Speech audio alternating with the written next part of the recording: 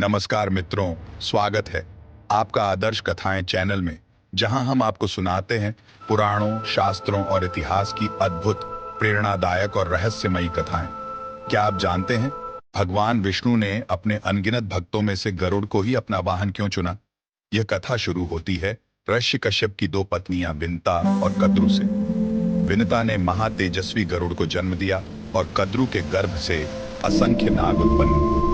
दोनों बहनों में प्रेम कम और प्रतिस्पर्धा अधिक थी। एक दिन आकाश में दिव्य घोड़ा उच्च श्रवा उसकी पूंछ को लेकर दोनों ने शर्त की। पिता बोले, देखो, घोड़े की पूंछ सफेद रंग की है।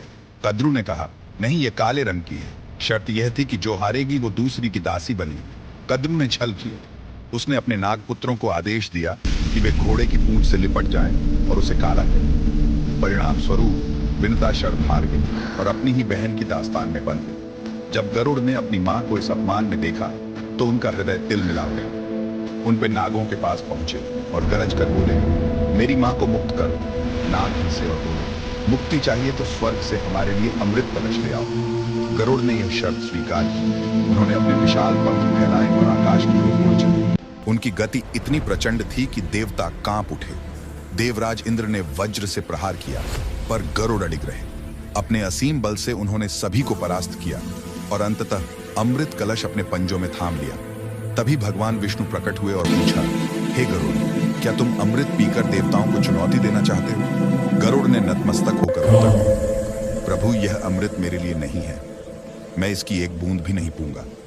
यह तो मेरी मां को नागों की दास्ता से मुक्त कराने का मूल्य है। विष्णु जी प्रसन्न हो उठे और बोले, मैं तुम्हें वरदान देता हूं, बिना अमृत पिए ही तुम अमर रहोगे और आज से तुम मेरे वाहन बनोगे। जब भी मैं अवतरित होऊंगा तुम मेरे साथ रहोगे। गरुड़ ने भी बदले में कहा, प्रभु, मुझे एक वरदान दीजिए, मेरा चिन्ह सदैव आपके ध्वज पर रहे।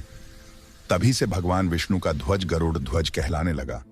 गरुड़ ने अमृत नागों के सामने रखा और अपनी मां को मुक्त कराया।